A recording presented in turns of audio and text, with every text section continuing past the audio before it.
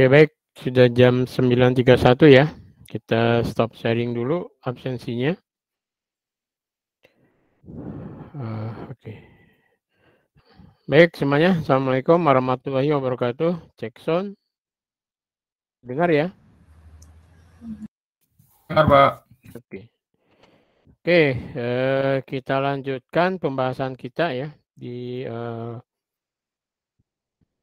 hari ini. Kita sudah terlihat? Oke. Oke, agenda hari ini kita akan melanjutkan topik tentang tumbukan ya. Dan nanti juga ada impuls gitu ya. Kita masuk ke terkait dengan tabrakan elastik dalam 2 dimensi, kemudian nanti ada contoh hamburan ya, di mana kan pada teknik hamburan itu kadang-kadang ada teknik ya di mana dengan tumbukan itu kita bisa melihat suatu objek dari misalnya kita menggunakan partikel alfa ya. Kita tembakkan pada objek yang kita nggak tahu tuh masanya berapa gitu kan. Kan kita ingin tahu, menyelidiki misalnya suatu bahan ini terbuat dari apa gitu. Maka biasanya ditembak dengan partikel alfa. Kemudian nanti partikel alfa kita sudah tahu massa atomnya, kemudian kita juga tahu energi kinetik awalnya, kita tembakkan, kemudian kita detect pantulannya. Nah, kita bisa lihat energi awalnya berapa, energi akhirnya berapa, massa dari partikel alfanya berapa. Nah, kita bisa tahu nih massa dari si sampel X ini kan gitu. Itu salah satu manfaatnya. Kemudian kita nanti juga terakhir akan membahas masalah impuls ya dan gaya rata-rata. Oke, tumbukan elastis dari dalam 2 dimensi dari 2 objek ya. Misalnya kita kemarin juga sudah membahas ini ya, sistem banyak partikel, ya kan, sistem banyak partikel sehingga kita tahu kecepatan pusat massa dan sebagainya. Jadi misalkan kita mengetahui kecepatan sebelum tumbukan, kita tahu ya kecepatannya, kemudian kita ingin mencari tahu tentang gerakan kedua objek setelah tumbukan.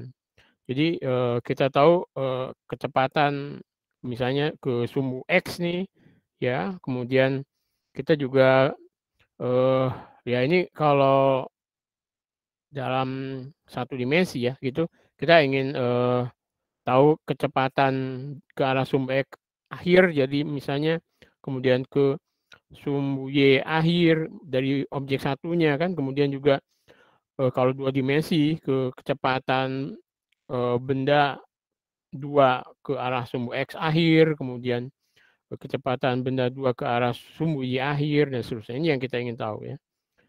Nah, apalagi yang ingin kita tahu, misalnya dalam tumbukan elastik ya, itu kan energi kinetik serta momentumnya kan kekal. Ya kalau tumbukannya inelastik kan biasanya momentumnya kekal, tapi energi kinetiknya tidak ya. Kalau dalam tumbukan elastik itu energi kinetik dan momentumnya kekal ya. Jadi sebelum dan setelah bertumbukan itu kalau kekal kan sama ya gitu. Nah ini mengarahkan kita ke 3 persamaan ini. Jadi energi kinetik akhir itu kan sama dengan energi kinetik awal. Ini dalam kasus elastik ya. Kemudian momentum sebelum ke arah sumbu X atau setelah itu sama dengan momentum total sistem ke arah sumbu X awal kan gitu. Kemudian momentum total ke arah sumbu Y akhir itu sama dengan momentum total di arah sumbu Y awal kan gitu. Jadi sebetulnya kita bisa juga menuliskannya seperti ini. Kalau dalam vektor ya. Bentar. Kan kita bisa menuliskan sebetulnya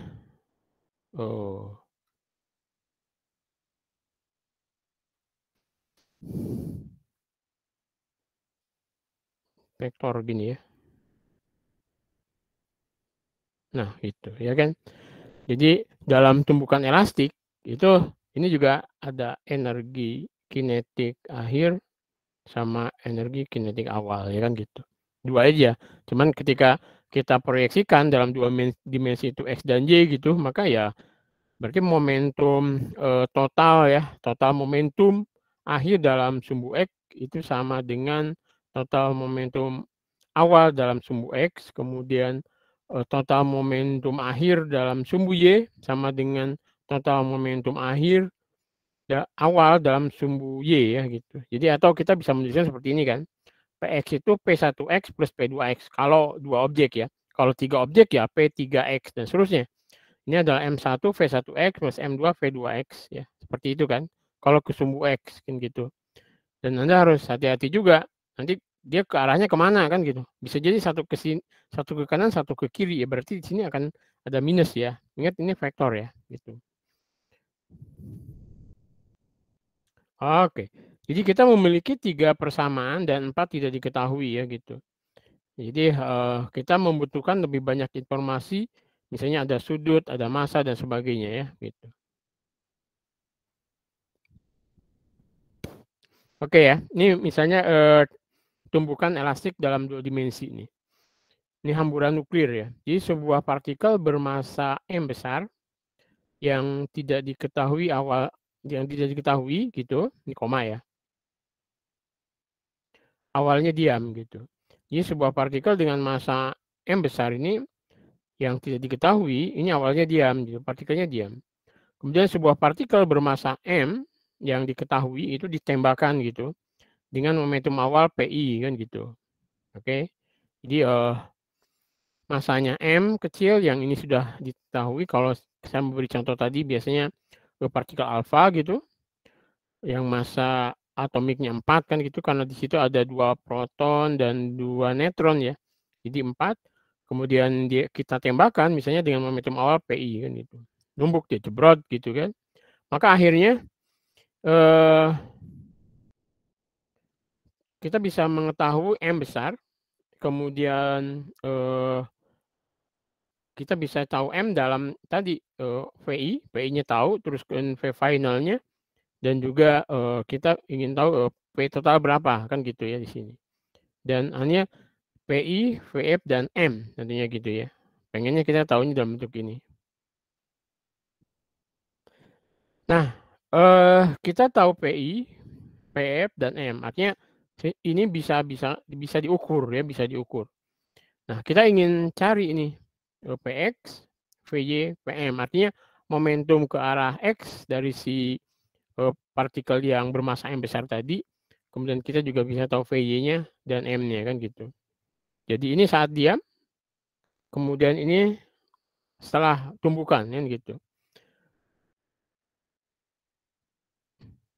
Nah, kita memiliki 3 persamaan kan. Jadi kekekalan momentum dalam arah X, ya kan? Kemudian kekekalan momentum dalam arah Y, dan kekekalan energi kinetik ya, energi kinetik.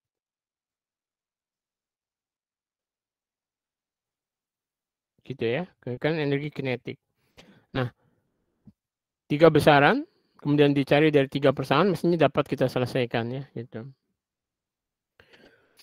Nah, kita tahu bahwa energi kinetik itu setengah mv kuadrat kan gitu. Nah, energi kinetik juga dapat dinyatakan dalam momentum kan. Jadi kalau kita tuliskan ini setengah mv kuadrat, kemudian seandainya kita kali M, yang sebelah sini yang atasnya kita kali M, yang bawahnya juga kita kali M kan boleh.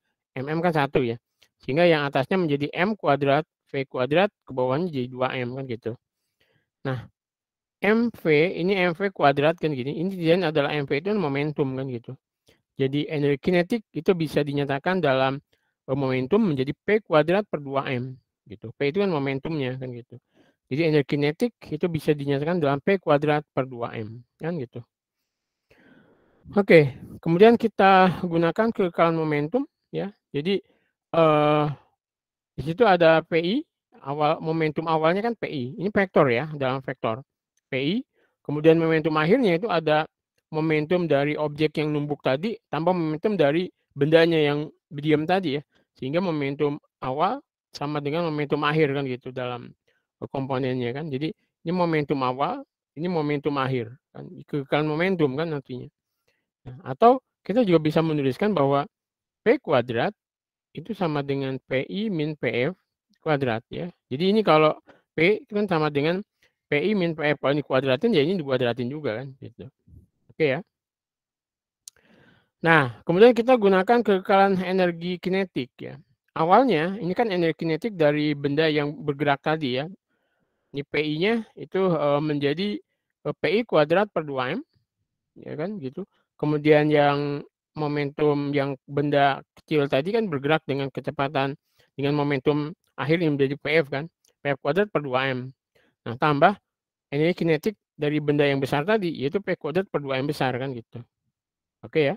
Nah, sehingga kita bisa menuliskan bahwa P kuadrat itu adalah 2M, kemudian di sini ada PI kuadrat per 2M min PF kuadrat per 2M, ya gitu. Oke. Nah, yang ini yang kita tahu tadi yang namanya P kuadrat itu adalah PI min PF ya, PI min PF kuadrat kan gitu. Akhirnya kita bisa menuliskan nih, jadi ini kalau Anda ganti dengan ini, dengan PI min PF kuadrat yang sini, jadi ini menggantikan yang ini, ya kan? Sehingga Anda nanti bisa mencari M-nya gitu kan. M-nya tinggal ini kan ada 2M kan dicoret-coret ya. Jadi M per M. Jadi ini ada ini, lihat nih PI min PF kuadrat, PI kuadrat min PF kuadrat gitu kan. Nah, jadi kita bisa mencari apa namanya? Objek yang tidak ketahui dengan cara dari kita tahu momentum awal dari partikel yang kita tembakkan, kemudian juga kita bisa mengukur momentum akhir dari partikel yang kita tembakkan ke objek itu ya, gitu. Dengan melalui persamaan ini kan gitu. Jadi udah ketemu kan gitu. Nah, jika kita menemukan M ini ya.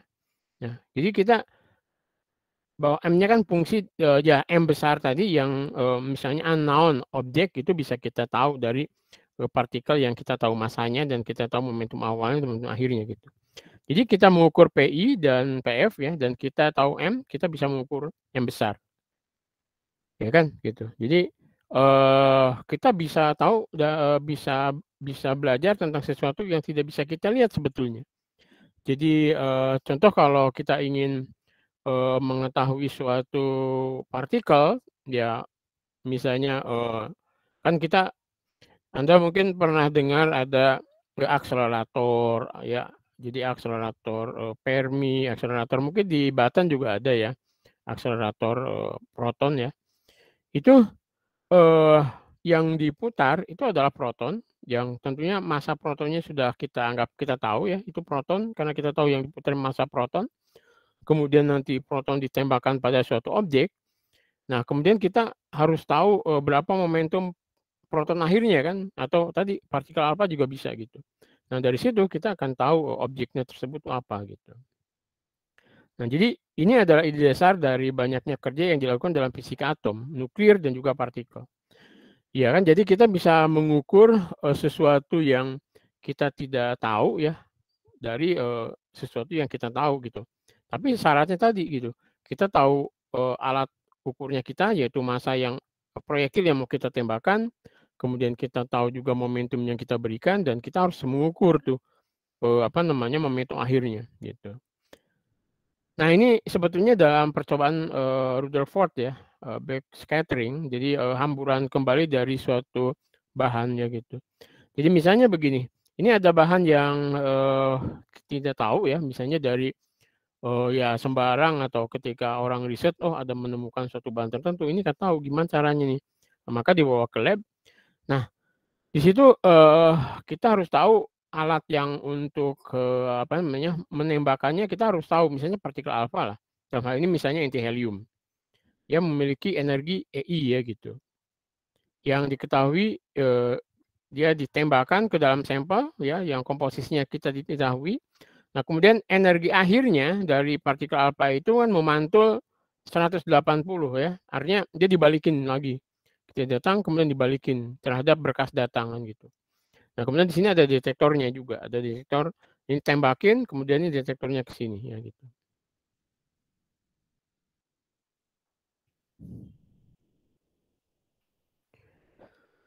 kemudian dia mengukur energi akhirnya kan gitu. Nah, jadi dalam percobaan Rutherford itu, jadi kan kita tahu M-nya dari objek yang kita nggak tahu tadi, ini kan misalnya tadi bermasa M ya, dia bermasa M. Kemudian ini yang ditembakkan itu masanya M kecil ya. Nah, maka kita kan tadi untuk mencari M-nya adalah M, PI min PF ya. Kemudian PI min PF kuadrat. Ingat ini vektor ya, dan masih dalam bentuk vektor. Sehingga ketika si PF-nya itu dibalikin, PI-nya kan ke sana, ke arah kanan. Kemudian di sini ada PF ya, balik ke sana.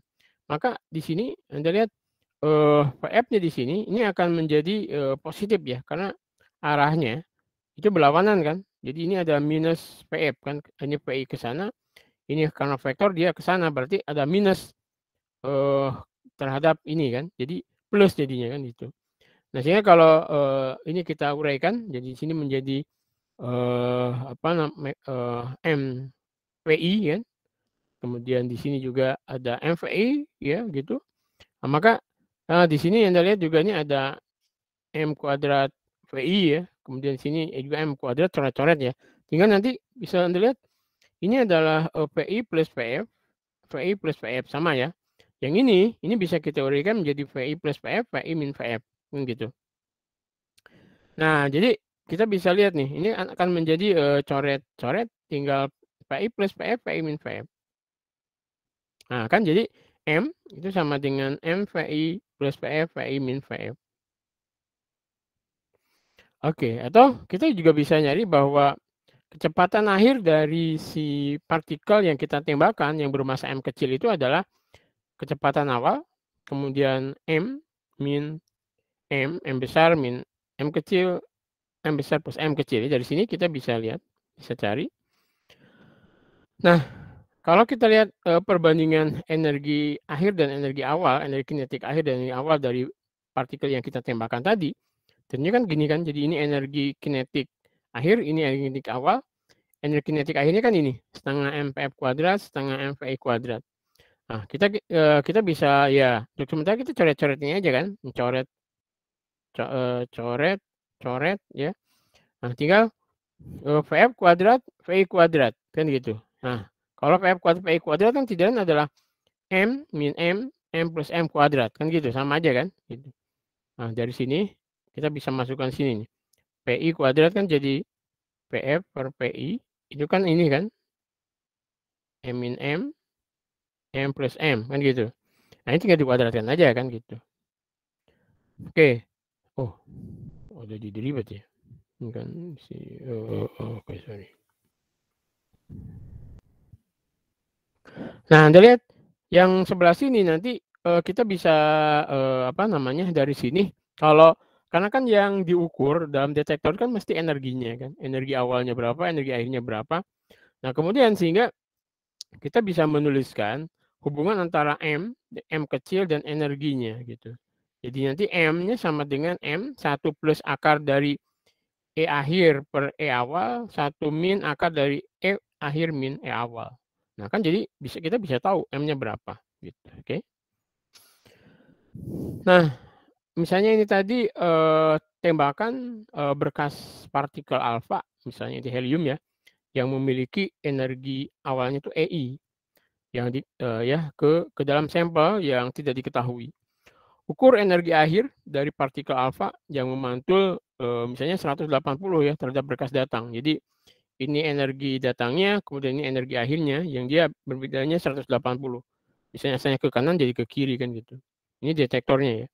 Nah, maka kita akan tahu M-nya ini sama dengan M tadi 1 plus akar dari E final per E awal ya. 1 min akar dari E final min E awal. Nah, jadi kita belajar tentang massa inti di dalam bahan yang tidak diketahui gitu ya. Jadi kita bisa tahu apa bahannya tersebut gitu. Nah, misalkan kita menembakkan partikel alfa ya, yang memiliki energi awalnya itu 2 mega elektron volt. Ingat energi awalnya 2 mega elektron volt pada target yang terbuat dari bahan yang tidak tahu gitu kan. Nah, partikel alfa ini kembali dengan energi akhirnya itu 1,1 mega elektron volt. Artinya energi awalnya tahu, energi akhirnya tahu. Nah, berapa berat bahan yang tidak diketahui tadi kan gitu. Nah, massa atomik dari partikel alfa itu 4 ya. Jadi 2 proton, 2 neutron tadi. Maka kita masukkan ke persamaan ini, M-nya 4, di sini kita kemudian E finalnya 1,1, kemudian E akhirnya 2 ya. Ternyata ini ada 27 gitu. Nah, M besar itu 27. 27 itu apa sih ya? Kita lihat di tabel periodik, ternyata 27 itu adalah massa dari aluminium gitu. Nah, aluminium itu kan tersusun dari 13 proton dan 14 neutron ya gitu. Nah, itu salah satu. Jadi percobaan Rutherford itu sangat bermanfaat ketika kita ingin tahu sebetulnya massa apa sih suatu sistem itu, maka tinggal kita tembakkan ya dengan partikel yang kita udah tahu gitu ya, yang kita bisa rancang gitu. Oke, itu tadi salah satu manfaat dari tumbukan, tadi syaratnya elastik ya tadi. Ya kita anggap elastik kan gitu di situ. Sorry, minum dulu.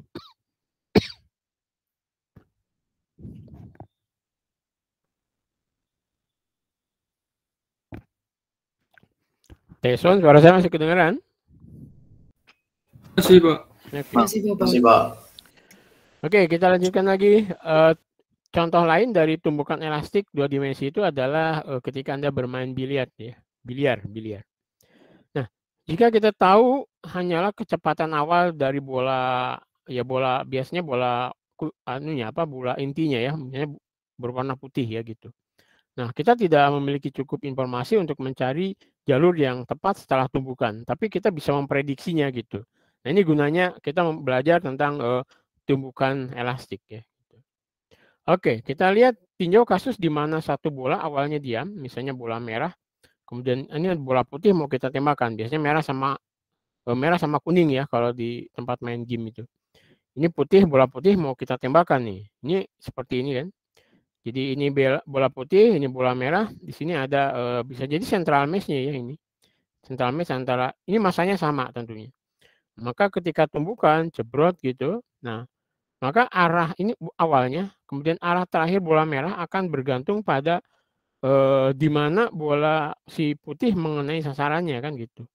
Bisa jadi ketika tumbukan seperti ini dia satu ke sana, satu ke sini kan gitu. Atau bisa juga seperti ini. Sebelah atasnya misalnya, maka yang V akhir dari bola merah ini, kemudian momentum bola putih akhir ini gitu. Nah, kita ingin lihat nih. Oke. Nah, dalam kasus biliar ini kita tahu momentum awalnya itu kan PI ya. Jadi PI itu momentum, kalau Anda lihat momentum awalnya kan ini PI, kemudian momentum akhirnya antara VF ini yang bola putih sama VF yang bola merah ini kan gitu. Nah, kita bisa nuliskan kan ini VI, VF plus ini kan bola putih awal karena bola merahnya diam, kemudian ini menjadi momentum akhir bola putih tambah momentum akhir dari bola merah. Nah, ini Anda lihat ini persamaannya masih vektor nih ya, momentumnya vektor ya. Nah, maka kita bisa menuliskan di sini VI kuadrat ya. Kalau Anda kuadratkan ini kan di kuadrat juga. Ini menjadi PF kuadrat. Kalau ini Anda kuadratkan, ini PF kuadrat plus PF kuadrat plus 2 PF dot. Nah, ini momentum akhir bola putih dot momentum akhir bola merah ya gitu. Iya kan kalau Anda mendot produkkan ya gitu. Ya, akhirnya Anda dot produkkan 2 ini kan juga sama ya sebetulnya. Oke, Anda dot produkkan ini. Nah, kita juga tahu bahwa kalau dia elastik, maka energi kinetiknya juga kekal ya. Sehingga ini adalah energi kinetik awal dari bola putih ini sama dengan energi kinetik akhir dari bola putih tambah energi kinetik akhir dari bola merah kan gitu. Yang kalau ini karena masanya sama, ini coret sehingga ini kita dapatkan PI kuadrat sama dengan VF kuadrat plus jadi ini P besar F kuadrat juga. Nah, kalau kita lihat persamaan ini dan ini berarti artinya apa? Bahwa momentum akhir dari bola putih didotkan dengan momentum akhir bola merah itu harus sama dengan 0 gitu. Artinya apa? Artinya bahwa si bola merah itu tegak lurus dengan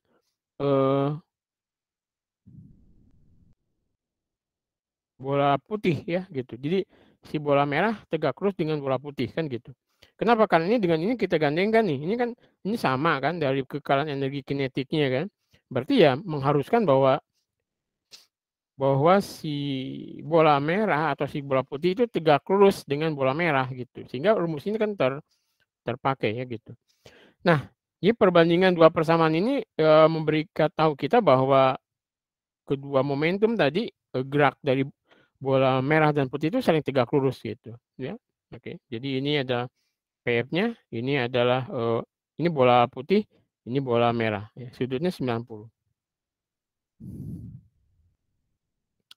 Nah, jadi arah akhir dipisahkan oleh sudut 90. Jadi ketika ya, Anda lihat yang ini, kasus yang ini adalah ya bisa jadi gini ya, tapi kalau kasus ini misalnya ini ke sini mesti dia sudutnya 90 ya.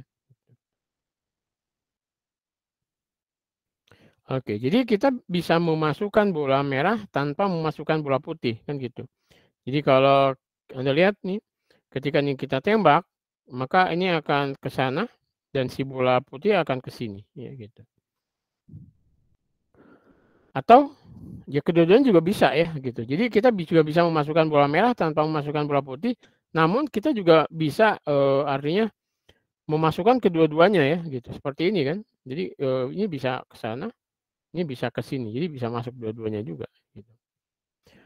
Jadi tipsnya jika Anda menembak bola bintik di titik A, di titik ya, Anda akan memasukkan kedua bola tersebut. Jadi kalau misalnya gini ya, tembak, maka ini bisa jadi ke sana, ini bisa jadi ke sini ya, gitu. Tepat situ. Dalam biliar ya. Nah, dalam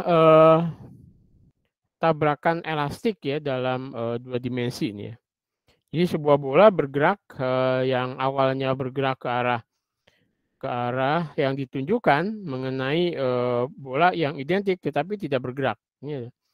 Nah, gambarkan suatu arah yang mungkin dari kedua bola tersebut ya setelah tumbukan. Kira-kira gimana? Apakah bisa seperti ini? Gitu. Atau seperti ini ya? Atau seperti ini gitu. Nah, kita bisa lihat tadi untuk dia tumbukan elastik dari dua objek ini kan mestinya saling tegak lurus ya. Kalau seperti ini kan tidak tegak lurus ya gitu. Satu ke sana, satu ke sini nggak mungkin nih. Berarti lebih dari 90 ya. Yang ini bisa jadi 90, cuman momentumnya ke arah sumbu ke X-nya bisa 0, tapi ke Y-nya nggak bisa 0 kan gitu. Berarti ada perubahan momentum di situ. Ini juga salah ya. Nah, tapi kalau ini Anda lihat ada kemungkinan ya ke ke ke Y-nya itu bisa saling meniadakan ya gitu. Ini dia bisa saling. Oke. Nah, yang dalam pertama ini sudut antar bolanya bukan 90 kan gitu. Jadi nggak mungkin ya. Kemudian solusi kedua tidak ada komponen ke Y ke bawah untuk menyeimbangkan ya gitu. Nah, kemudian yang ini menyeimbangkan komponen Y dan memiliki sudut 90 ya. Berarti yang ketiga ini ada kemungkinan ya gitu.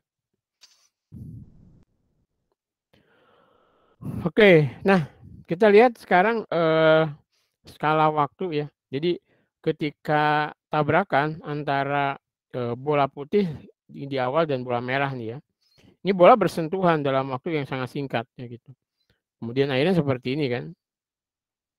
Nah, kalau kita lihat selama skala waktu tumbukan, jadi selama waktu yang singkat ini gaya yang terlibat bisa jadi cukup besar kan gitu. Jadi ini misalnya ini momentumnya ya, gayanya seperti ini, bisa jadi ya seperti itu. Nah, kita bisa lihat nih, itu namanya impuls. Nah, jadi kita memperkenalkan sekarang satu besaran yang disebut dengan impuls. Jadi diagram ini menunjukkan gaya versus waktu ya. Jadi ketika ada gaya yang mengenai objek dan interaksinya itu seperti tumbukan gitu, itu singkat ya. Nah, ini impuls I ya. Jadi impuls itu biasanya dilambangkan dengan I, itu adalah didefinisikan sebagai integral dari gaya ya, vektor gaya ya yang didefinisikan diintegralkan terhadap selang waktu ya gitu. Jadi di sini jadi kalau kita lihat suatu grafik antara T terhadap gaya, maka yang namanya impuls itu grafiknya seperti ini.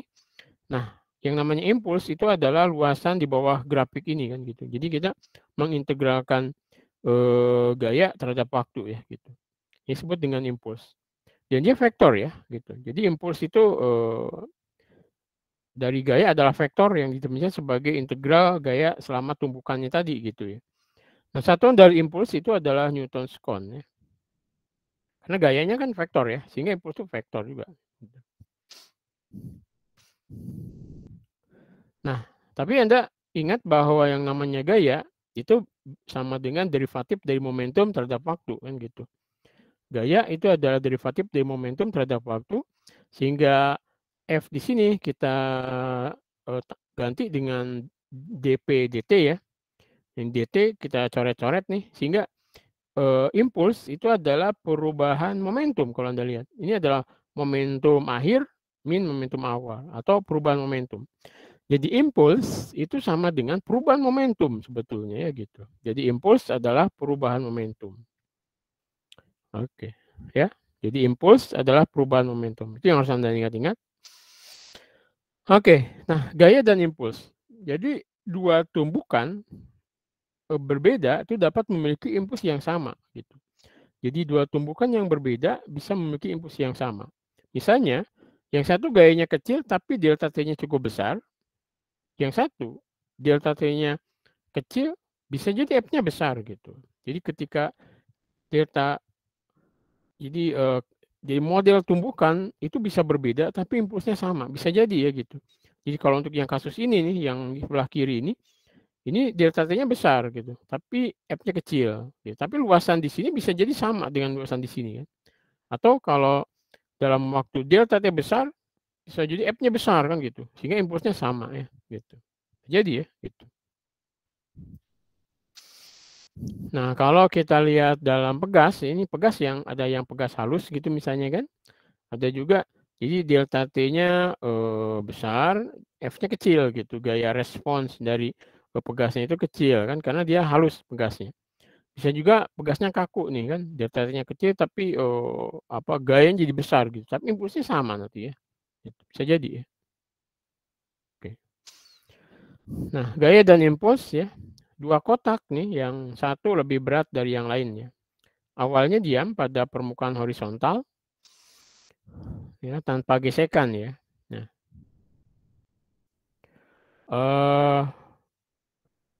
gaya konstan yang sama F itu bekerja pada setiap kotak ya, tepat selama 1 detik gitu. Jadi ini ada objek yang ini ringan, ini berat. Kemudian dia diberi gaya yang sama gitu dan waktu yang sama.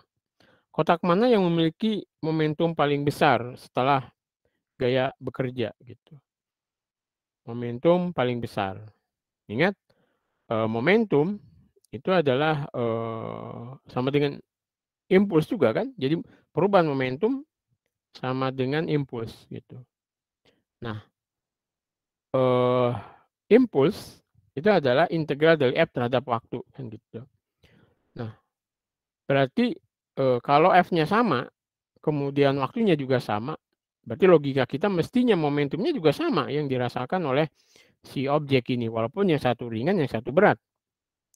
Maka kita lihat gaya rata-rata ya. Oh, oke. Sini kalau lihat ini ada gaya rata-rata, jadi perubahan momentum terhadap waktu ya gitu. Oke, jadi impuls atau perubahan momentum itu adalah gaya rata-rata dikalikan perubahan artinya gaya rata-rata yang bekerja pada selang waktu delta T pada objek itu. Jadi perubahan momentum sama dengan gaya rata-rata dikalikan lamanya dia bekerja pada objek itu. Nah, kalau gayanya rata-ratanya sama, waktunya sama, ya berarti perubahan momentumnya akan sama gitu loh kan. Oke, jadi dalam soal ini F dan delta T-nya sama untuk kedua balok. Ya, maka kita akan dapatkan bahwa kotak akan memiliki momentum akhir yang sama gitu. Jadi momentum akhirnya akan sama ya gitu. Momentum akhirnya sama, tapi kalau kita lihat kecepatannya tentunya kecepatan yang lebih ringan ini yang berbeda kan, dia akan lebih cepat daripada yang berat ya, gitu. Karena tadi momentum kan sebanding dengan massa kali kecepatan kan. Sehingga kalau massanya kecil, momentumnya sama nih, ya maka dia akan memiliki kecepatan yang besar lah logikanya ya, gitu. Oke, kita lihat lagi gaya dan impuls ya. Kita dapat menggunakan gagasan impuls itu untuk mendefinisikan gaya rata-rata ya, yang merupakan konsep yang juga berguna dalam fisika. Jadi gaya rata-rata untuk selang waktu delta T, misalnya ada grafik seperti ini nih. Ini T1, T2, ini delta T ya. Maka ini F-nya, ini grafiknya seperti ini, maka average ini, gaya rata-rata ini adalah kita mengintegralkan luasan ini dari F terhadap T ya. Inti dari T1, T2 dibagi dengan delta T. Ini tidak lain adalah impuls ya. Impuls per delta T kan gitu. Atau kita tahu tadi impuls itu sama dengan perubahan momentum ya. Ini adalah perubahan momentum.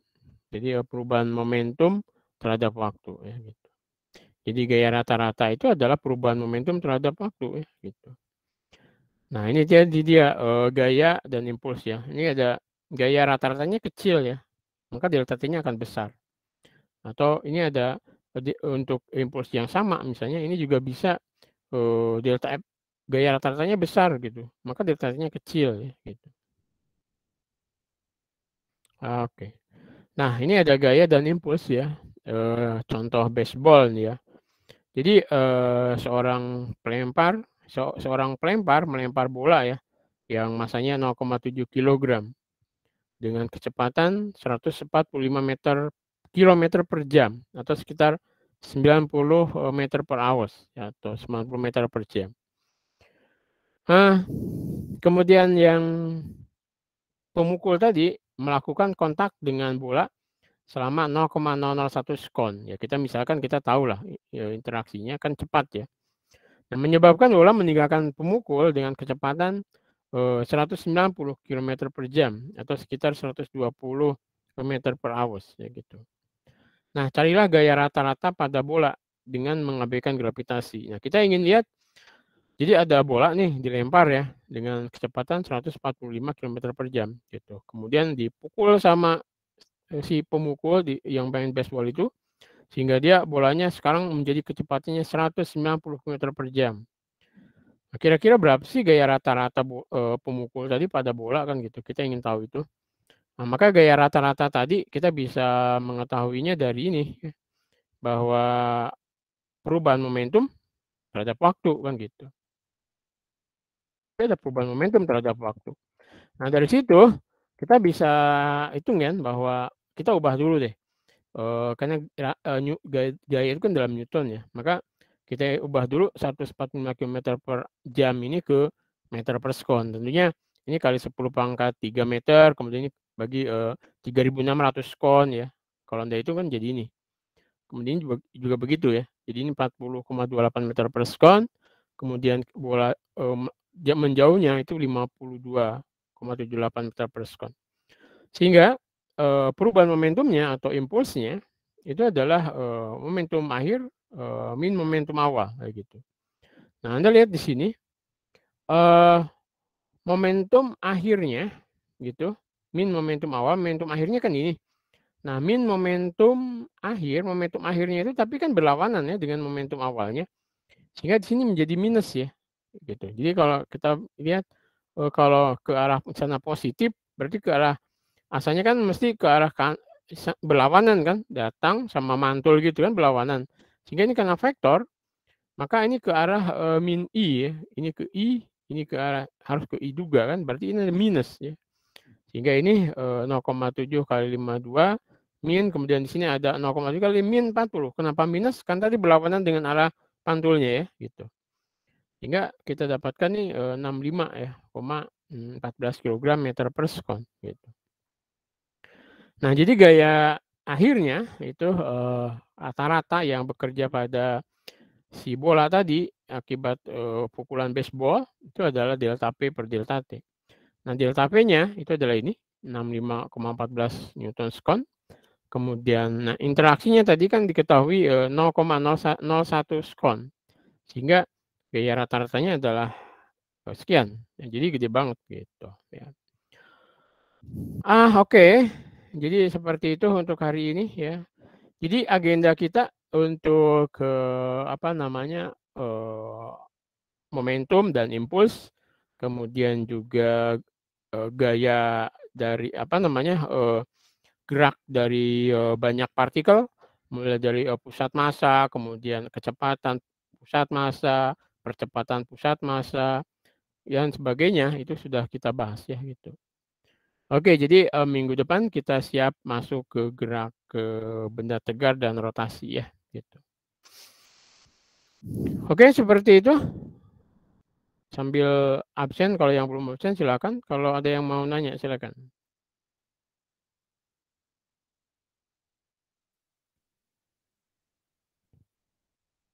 Cukup jelas ya? Halo? Jelas, Pak. Oke. Oke. Oke, silakan kalau yang belum absen. Kalau yang satu device juga bisa Anda kontak saya atau ya, secara personil atau di grup juga boleh ya. Nanti saya absenkan.